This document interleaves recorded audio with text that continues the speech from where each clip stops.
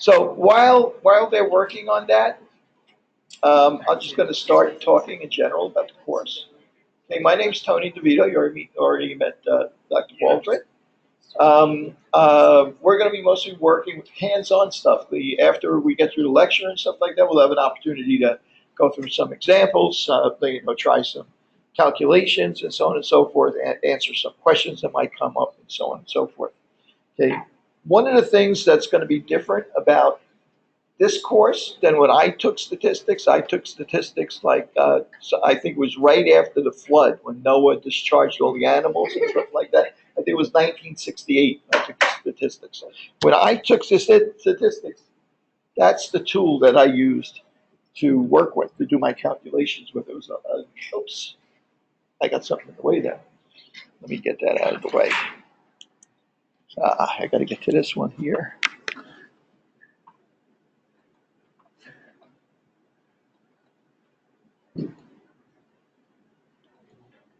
There we go. That's a bit better, I think.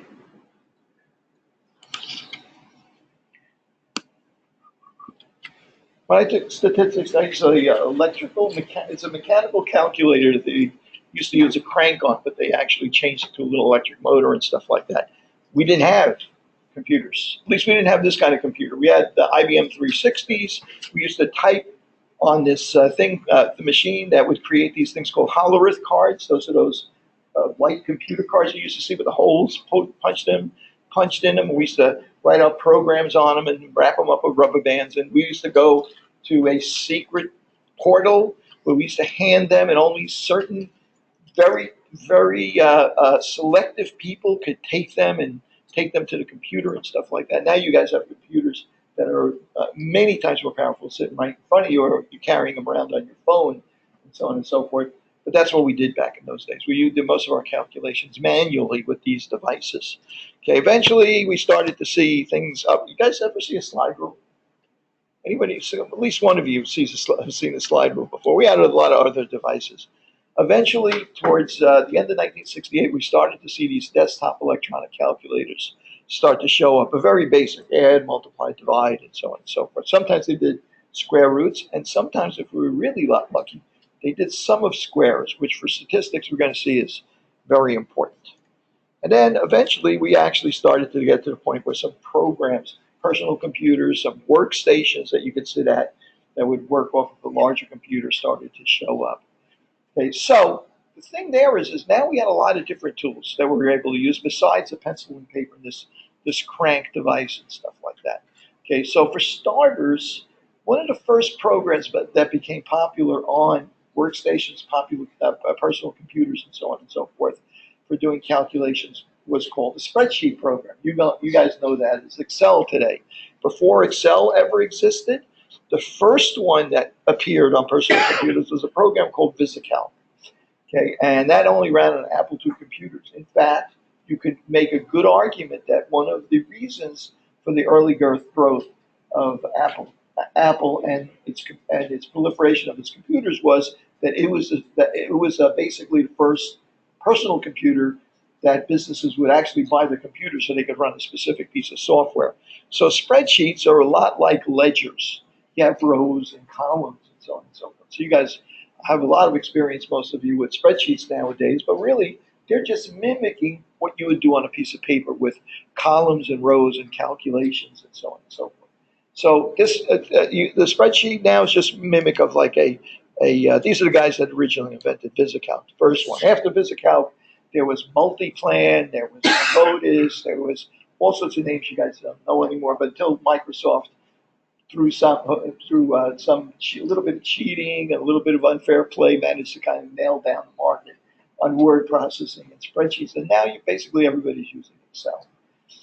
We're going to need to use Excel. So if you have it on your computer, great. If you don't, maybe you can get access to it somewhere else. On these computers, all of the computers throughout the CUNY system have SPSS, Microsoft Word, and Microsoft Excel installed on them, so you can use them at any one of the schools around the CUNY system.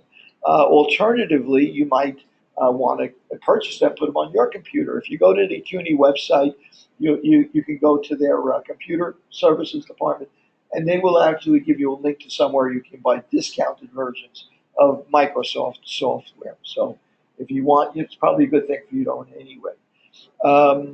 Any version of Microsoft Excel is going to be plenty adequate for what we're going to be doing with it. Beyond that, that's one type of software that you would be using. Another type of software that a lot of statisticians would be using, that we kind of use Excel to serve a couple of purposes for, and this is one of them, it's a database program. Database program is something that's as simple as your contact list on your phone. That's a database program. Has a list. You have a couple of people over there that are not online yet. So, by the way, I'm recording all this. So later on, I know Levi mentioned that he's going to give you a link to he happens to use Google Groups in order to do his broadcast. I use something called GoToMeeting. But in any case, both of them, one way or another, you'll be able to get to offline. If you're here in the classroom, you'll have the benefit of being able to interact with me. If you're online, you'll be able to watch us in live. There's also a way for you to chat. I haven't bothered setting it up for this meeting since everybody's here. Nobody else is going to be online. But there's a chat function in here where you can type in questions and I can react to them in live time. So at any rate, this will be recorded. The other option that you have is that if you're unable to make it and you miss the online version of this, it'll be posted within a day or so that you can time shift your viewing of this. You lose the advantage of having the live interaction. There's another little trick that I have going on also. I'm doing a strictly online class, which doesn't meet in person at all. So I'm doing an hour on Thursday from 4:30 to 5:30, where I'm taking a room here, and students that are around can drop in on that class that are taking that course. So if they want, they can drop in, but it'll be live online, also recorded, where it's basically a review session, question and answer, and so on and so forth. And most of the work that we're doing in that class parallels the work in this class. Not 100%. That one's a little less sophisticated. But most of it parallels the timing and the content that we're doing in this class. And I'll make sure that that link to that weekly session is posted. So if you want to sneak in on our review sessions on Thursday, you're welcome to, or see them, time shifted. You have that as well. Yes. Thursday, 4:30 to 5:30. Okay. But remember, you don't necessarily have to be there at that time unless you want to be able to ask questions and stuff like that. So now, it's really for this other class, but since there's an online class, they never meet each other. You can sneak in there. They won't even know who you are. They have no clue that you're from a different class. They don't even know each other from that class. So, can I ask quickly, what wound up working here? Is it this? Is the what we had up there? Did that work? The first name, first initial, last name. Did that work?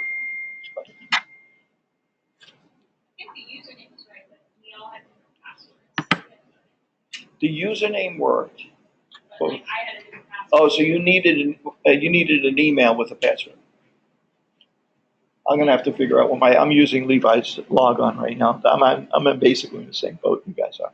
Okay, so that program Excel, that's a very useful program. You can organize data with it, make lists with it, so on and so forth. We're going to take a quick look at how it works. But it's basically a general purpose piece of software. When we look at it in a little while and play with it, we're going to see that you can use it for a lot of stuff. You can use it for statistical calculations. You can use it for math, trig, real estate calculations, loans, some loan calculations, financial calculations. You use it for all sorts of stuff. It's general purpose. It's a spreadsheet. You can use it for whatever purpose you want it to suit for you. So we're also going to be using another piece of software called SPSS. That stands for Statistical Package for the Social Sciences. That was its original name. It was marketed by that company by that name. It was bought up about 5 or 10 years ago by IBM. So now you'll see it listed as IBM SPSS. Okay, they're up to like version 24. It's one of those programs they keep adding things to and patching, but they never really rewrite. So it's full of like little bugs and little glitches and weird things and stuff like that But we know they're pretty simple things to work around and stuff if they come up. And we'll see when that comes up. I know on the Mac, for instance, it's really nice for me to be able to take a normal Mac program and just go like this on my trackpad and blow up the screen so I can make it big for you so you can see it. Unfortunately, they don't adhere to that standard, and when I do that on my Mac trackpad, it does nothing. Right? So there's a lot of little things about that program because they're not willing to invest in writing it from the ground, rewriting it from the ground up. But we're going to deal with it. The important thing about it is it's an example of what you call vertical software. Instead of being a general kind of software you can use in a lot of applications, its sole purpose is statistical calculations and graphs and tables from statistical calculations. The one thing it does it super well and super quick. So we're going to be using that because in the field, if you work for the Department of Health, if you work for the DEP, if you're working on projects later on, if you're doing research, that or similar programs to it. You may have heard the name SAS. Levi likes to use a open source program called R. You know, there are other software packages that are similar that they're sole purpose programs. You can do a lot of what we're going to be doing in Excel, but not everything we're going to be doing. So we need to have that software that'll help us with that. Not only that, but you can add it to your resume. You know how to use SPSS now. Who knows? If the guy you're competing with doesn't know how to use SPSS and they need it, that might make a difference, right? So there's a number of ways for you to get hold of SPSS. One is, as I mentioned, for Excel, it's on all these computers, all the computers throughout the community system. The other way is to purchase a student version of it. Okay, and there's a few ways to do that. You could actually just Google student version SPSS. It'll take you to a list of sites, including the IBM website. You can buy it directly from IBM, a student version, or you can go to other sites that specialize in student versions of software. One of them, most prominently, I think it's linked to on the CUNY site, is something called onthehub.com. ONTHEHUB, onthehub.com. So if you go to that site or the IBM site, you will be greeted with a series of options. The first option that you're going to be greeted with is the length of the license that you're going to want. You can license it for 6 months. Well, first of all, number one, the version that we're interested in is called the SPSS Grad Pack. Okay, and there's two versions of that. There's the base version and the standard version. Okay, the base version costs about $40 for a 6-month license. The standard version costs about $55 for a 6-month license. You can alternatively buy a 12-month license for not less than double with 6-month licenses. If you think you're going to be using it for projects next semester, if you're taking EPI next semester and it may come in handy for you, you might want to spring for the 12-month license. All you need for this course, obviously, is 6 months, unless there's a flood, like we get 80 inches of rain, like in Houston, and we're taking this course in February, and we run out of the license. Hopefully, we're not going to get a deluge like that, but you never know, right? So I think 6 months is probably okay. If you want to go for the year, you might want to do that. Okay, so the base version is going to be kind of satisfactory for what we're doing, but it's missing one element that the standard version has, the $15 more version, and that is logistic regression. In the 610 course that I'm teaching, or in PH 750, whatever it is, right? In that course, which is a little less sophisticated, we introduce logistic regression, but we don't actually apply it very much. In this course, it's going to be probably a more important element of the course. So you may want to go for that extra $15. If you can't spend the $15, you want to save a few dollars, you can always use it for the rest of the semester, and that for the last week or two, if you need it, you can use these computers for that one last element. Okay. The other thing I want to remind you of is that it comes in a Windows version and a Mac OS version. Make sure you download the version for your machine. Okay. Most of the time, when you click on, if you do a search, you click on it, you go to the IBM website or on the website. Most of the time, it'll recognize what kind of browser you're using and direct you to the right place, but not always. So look, and you'll see that if it comes up, you got a Mac, it comes up Windows version for base, standard, so on and so forth. It comes up those versions. If it comes to Windows and you're on a Mac, make sure you find there's a tab there somewhere where you can click on and change operating system versions, and it'll list all the options for your Mac instead of your PC, or vice versa. Make sure you download the version for your machine. Once you get it downloaded, you're going to get an email from them. It's going to have a license number on it. You're going to have to install it. Then you run a licensing program. That you'll get the instructions in the email that you put in there. You run the licensing program. It'll then allow you to use the software for the next 6 months. Dirty little secret, after 6 months, it's going to tell you that you've expired, but it'll let you use it for another 30 days, right beyond that. Just so you know that in case you get into a situation where you need it for another week or two or something like that. Yes? Do you think it's doable to use like R and Excel? The only problem with that, if you're a little bit sophisticated, you don't mind training yourself, going like edX has some free training on it. If you don't want a certificate, you can take the free training. There's lots of YouTube videos. I got YouTube videos for everything. You can do brain surgery using YouTube videos now, right?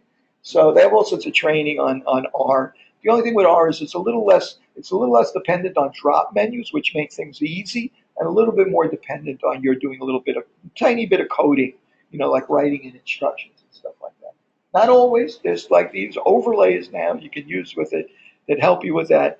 But the problem is that with this big a class, it's very hard to support more than one version of this. We could use SAS. Department of Health uses SAS. It would be nice for us to do it in SAS also, but it gets crazy if we try and support more than one. You can use any software you want. It's just that we're going to support SPSS. We'll make sure that you know how to do things in SPSS. If you want to use something else, you're a little bit on your own. Levi's the soft touch. So if it's R, he'll help you out with it. In fact, he used to run little boot camps on R. So who knows? Maybe he'll do something like that this semester. So there's another option for SPSS, which I'm reluctant to mention to you, but I feel I have to. There's something that CUNY supports called virtual desktop. In the old days, we used to call it a proxy. But what it allows you to do is to log onto the CUNY site and run software on the CUNY servers as if you were sitting here. And one of the programs that you can run on virtual desktop is SPSS. Keep in mind now, your screen and keyboard are what's operating things, but the actual software is on the internet on some server in CUNY. So that means if the internet's slow, it can bog down. If you lose connection, you can lose the work that you've been working on, so on and so forth. Not only that, but when you go to save a file or open a file or something like that, you got to figure out, well, gee, am I saving this to the desktop on this server, or am I saving it to my desktop? Am I in here, or where the hell am I now anyway? Right? It can get very confusing, right? So it's a little slow, it's a little buggy, and it's a little confusing in terms of like where you're saving files and what you're doing. If you want to do it, you can give it a try, but save your work frequently and make sure you know where you're putting it when you save it. The servers themselves, just like all the computers in this room, every night at midnight, they reboot themselves, and it's like the pumpkin in Cinderella, right? Every night at midnight, they reboot themselves and erase any information on it. It's a security thing. So if you leave something on the desktop here, it's gone when you come back in the morning. Same thing with the servers. It's not going to stay in any of the folders you create. As far as I know, I don't think there's any way to do that. Okay, so those are the main tools that we're going to have. Did Levi talk about the textbook very much? He brought it up, right? So you know the textbook's open source, which means basically you can download it from openintro.org. You can download a PDF version of the textbook, and it's free. You can save it to your computer. You can then open it, use it all the time, use it as you go along. There's also a number of options for getting a printed version of it if you want. One is Amazon. There's at least 2 other sites where you can get printed versions. You can get a black and white version for as little as about $10. You can get a color version for under $30. I understand that the CUNY bookstore is going to have copies of it as well. I don't know if they have it right now, but eventually they may have hard copies of it as well. So it's a decent textbook. It's as good as any that we've used where you had to pay $200. So that's certainly going to help you out a little bit. Maybe encourage you to go and get the SPSS, the software early. For those of you that are very sophisticated, you can relax a little bit on the SPSS. For those of you who feel you might struggle a little bit using computers or using a new piece of software, I really encourage you to do it early. Because that way, it's kind of like riding a bicycle, right? You can watch me ride a bicycle. You're gonna watch me later on riding a bicycle. In other words, running SPSS. You can go on YouTube, learn how to ride a bicycle, but you don't really learn how to ride a bicycle unless you get on that bicycle and you start pedaling, right? So this is the same way. Unless you use that software, you're not really going to be comfortable or use it. It'll also help if you're familiar with it during exams, because then you'll be able to do the operations that you need to do quickly, so you don't kill a lot of time that you might not have for other stuff you want to do in the exam. So it's good to be familiar with it. So I really encourage you to really buy it, go for the few bucks. So again, the textbook, you have that other option. I talked to you about how you'll be able to communicate with us. Mostly for me, I'm an adjunct. I don't have an office. When I used to teach down at Brookdale, I used to tell the students that my office is parked on 2nd Avenue with a meter. So that's as close as I have to an office. So it's a little harder to get FaceTime with me, but I'm pretty good with Skype and GoToMeeting and stuff like that. So I can certainly interact with you online, and you're going to have a lot of opportunities to see videos of me doing things and so on and so forth, and also that little Thursday session as well. Any questions on all of that so far? Nope, guys are all comfortable with that. You didn't ask Levi any questions. We get nervous when people don't ask us questions. Make a question up. If I or Levi say, "Are there any questions?" and make one up, okay? In fact, anybody ever run meetings here where people give lectures and stuff like that, right? I know I do occasionally, right? We always plant people in the audience to ask questions in case nobody raises their hand, so we're not embarrassed that the lecturer's been talking for an hour, and he says, "Oh, are there any questions?"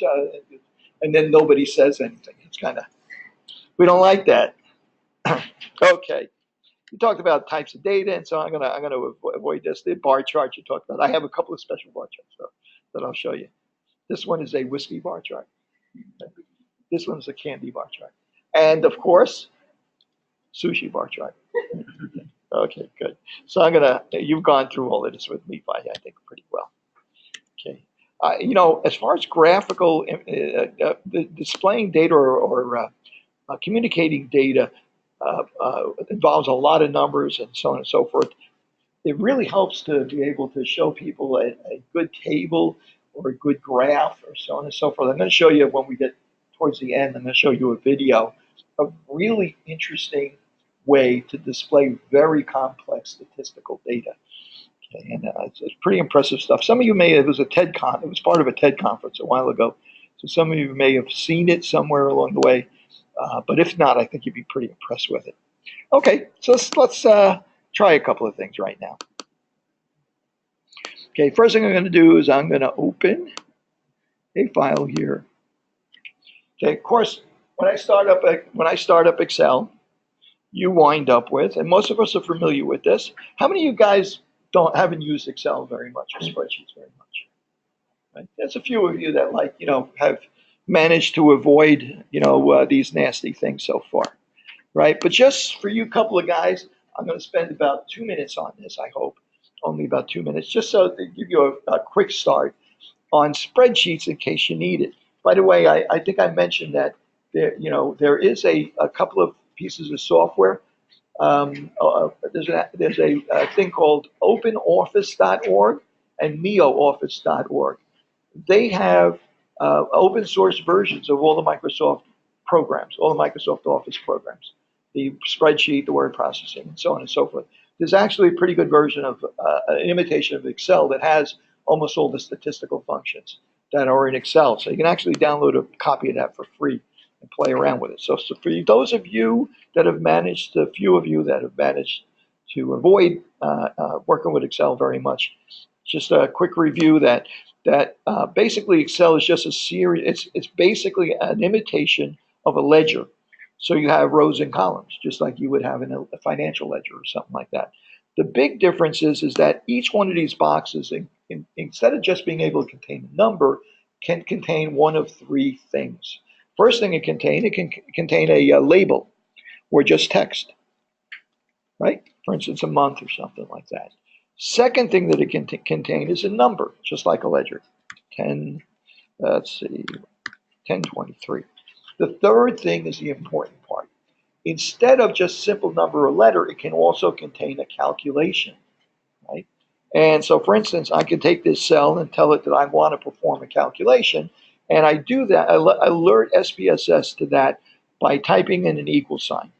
Now, you guys may, here, let me back up on that. Notice this area up here where it says f of x.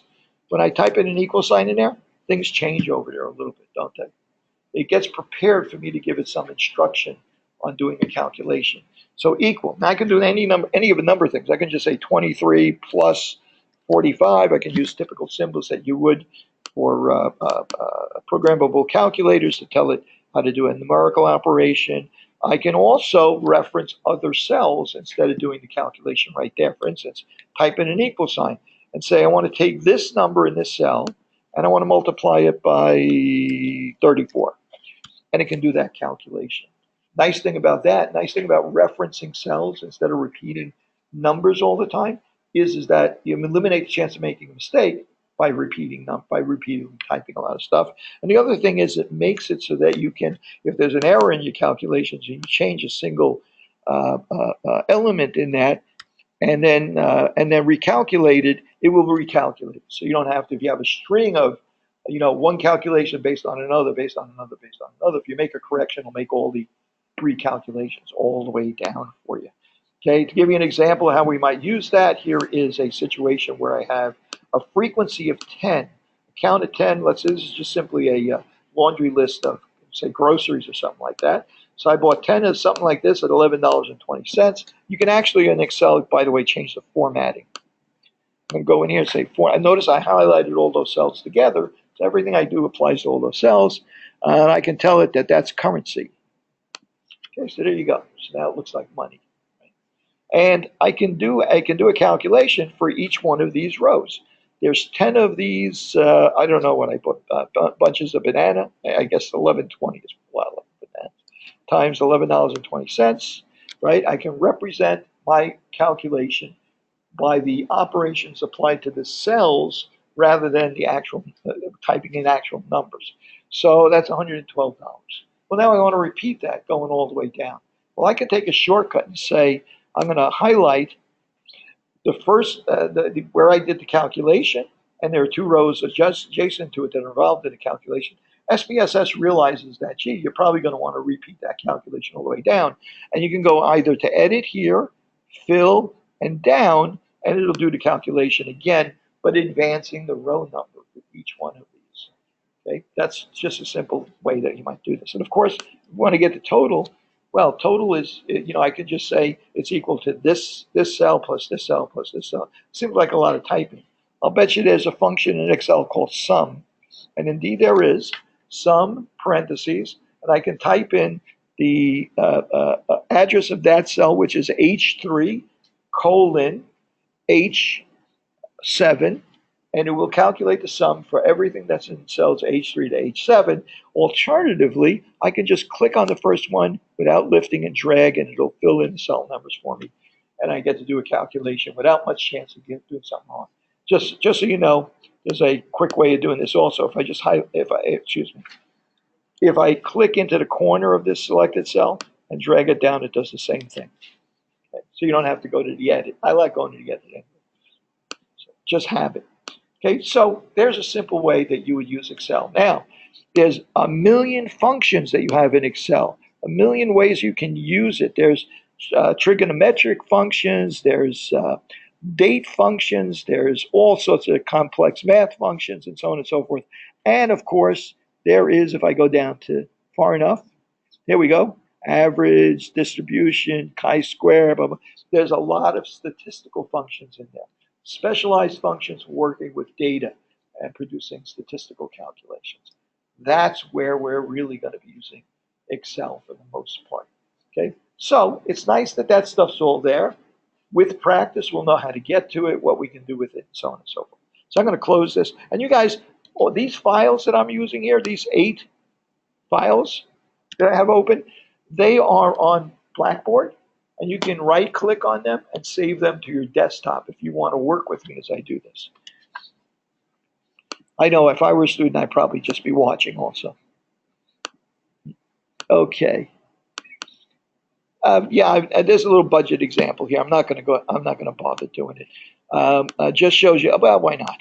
Hang on a second. One of the strengths of this, again, is like this what if kind of thing. Like, for instance, here, your total debits, for a month, in other words, all your expenses and so on and so forth, are equal to, whoops, I made a mistake in there.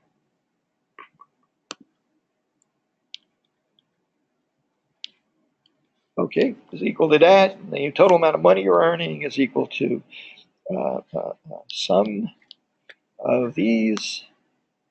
And we got a problem. We're spending more than we're making.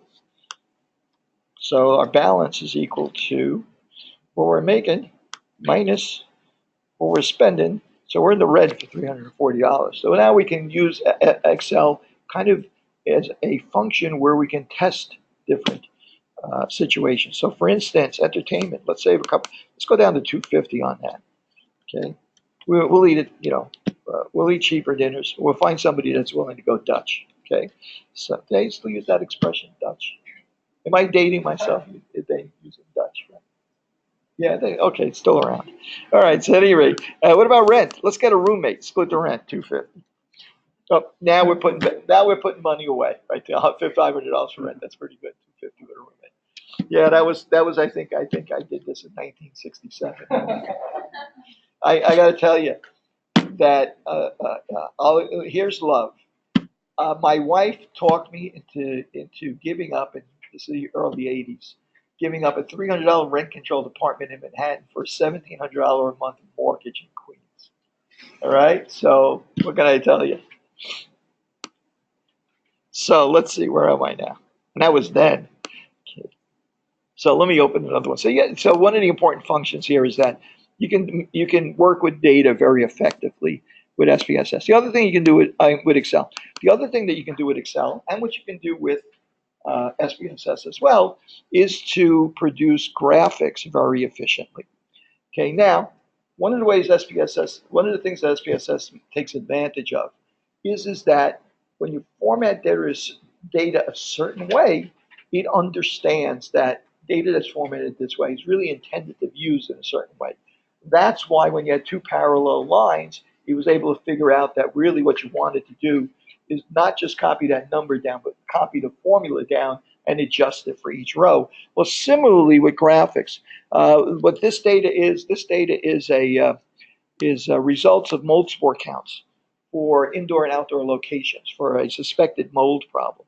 You'll notice up here, there are 2 labels up there. The top, they're the titles for these 2 columns. And then we have the locations where the tests were taken, with a gap between a few of them.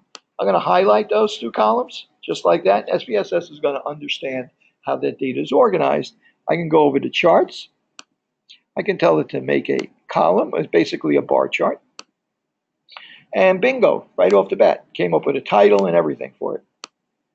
And there it is. And here graphically, instead of looking at those numbers, graphically now you can see that the mold spore counts outdoors are much bit higher than they are indoors, which is a good thing. Right? If they're higher indoors than outdoors, something's wrong. Right? So it's much easier to interpret that than to interpret that list of numbers. Statistically, we're going to find that's true for a lot of different things. That graphically we'll be able to demonstrate something a lot easier than it is to demonstrate with just by looking at some numbers. Okay, next one I'm going to open up. Okay, let's see. Okay, I'm going to click in here. Okay, and this is our first look at using SPSS, Excel, for statistical calculations. Okay, so I have a series of numbers here. Maybe they're blood pressures. There are 10 people that we sampled as part of a survey. I suspect, Levi, before I got in here, he discussed the difference between a population and a sample. Right, that came up, right? Okay, so we're dealing with a sample here, right? X bar, not mu, but we're interested in understanding how this data is organized, right? And if I have something like this, a series of 10 numbers, it's hard to just look at that and interpret that. Especially, it's hard with 10 numbers. If you can imagine with 200 numbers, then it's impossible to really look at those numbers and get a feel for what the average is, what the range or spread is of that data. I'm just going to demonstrate it with these 10 numbers to make it simple. So one of the things I'm maybe interested in is what the average is for this sample that we just took. So I'm going to say there is no mean function per se. It's called average in Excel, right? So you just use that word average. Okay, now when I get to the end there, I know that function exists, right? So I typed in average, and you might have noticed that as I was typing it in, a bunch of options for the name of that function started to come up. I happen to know average was what we would use for mean. If you didn't know, I'll show you what we're going to do instead in a second. So I know it's average. I'm going to hit parentheses because now I'm going to put in the range of numbers that I want to tell it to find the average of. So in our case, it's going to be A1 through A10, those 10 cells.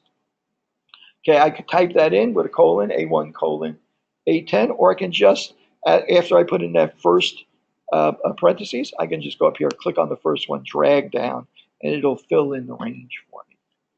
Hit enter, and it finds the average for me. Okay, I'm going to do, what about median? Well, is there a function that exists that's called median? Well, if you don't know, you can always go up here to this little f of x that's hiding away up at the editing line there on Excel. Click on it, and it'll bring up a list of all the functions. Okay, they're organized by, you can organize them alphabetically. Right now, they're organized by type of functions. You can scroll down to all the statistical functions, see if there is a function that looks like median. I happen to know it exists. If you don't know it exists, you can go in there, click on it, and it will fill it in for you. Okay, since I know it exists, I'm going to just go over here and type in median and parentheses, and now I can tell that I want the median of these numbers. Okay, what's the difference between the mean and the median? You guys, like you're adults. You must know the difference between the mean. Somebody give me an idea what? Yeah. Okay. Right, it's an average, just like a conventional average, like a baseball player's batting average. What about the median? You're at the exact center. In other words, it's the 50th percentile. Half of the values are below that. Half of the values are above that. Right, 50th percentile. Okay, so now which one is more sensitive to outliers, to extreme values, the mean or the median? The mean. Yeah, the mean. The mean, yeah. For instance, if I take an average here for blood pressure and the average turns out to be 80, and one person has a blood pressure of 70, and I found, I made a mistake, right? Their real blood pressure is 30. They're dead, right? So their blood pressure is 30, close to 30, right? So how does that affect the average? Well, the average goes down, but the median doesn't change because it's on the same side. The median sometimes is a lot more reliable idea of where the center is, and a lot of times doesn't make sense.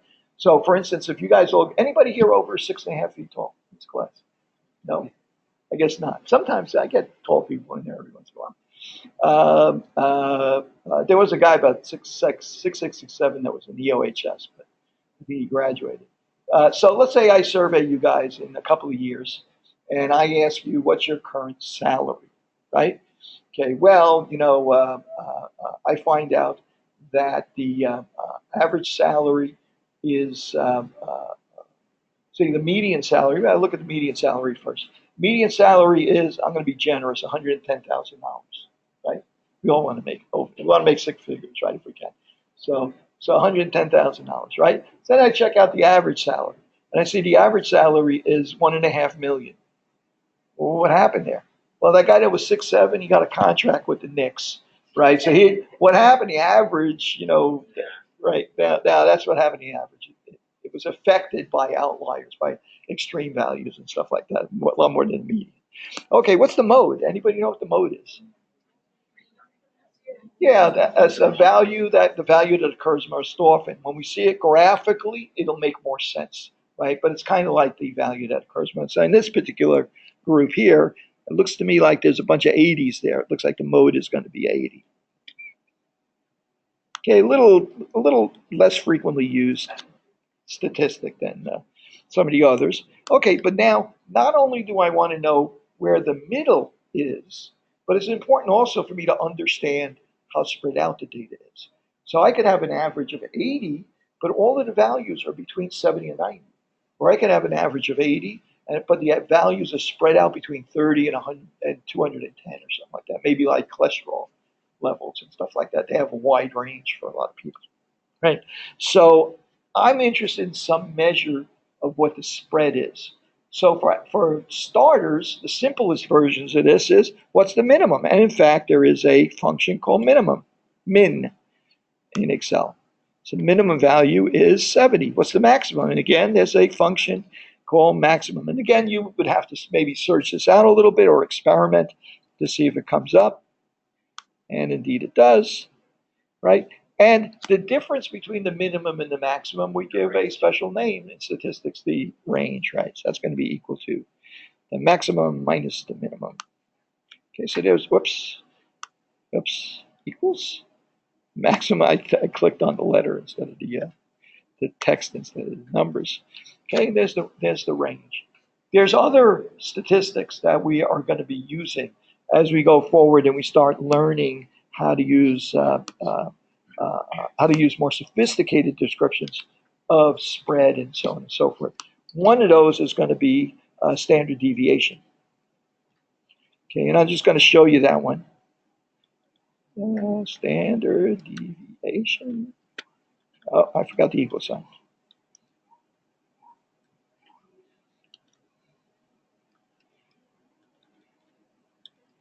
That's it, DEV. Okay, standard deviation of these numbers. Okay, that's the standard deviation. There's also sum of squares, there's a whole bunch of other statistics. I think in one of the next ones here, I'm going to actually wind up doing something with that. Now, this is kind of elemental. I don't know if let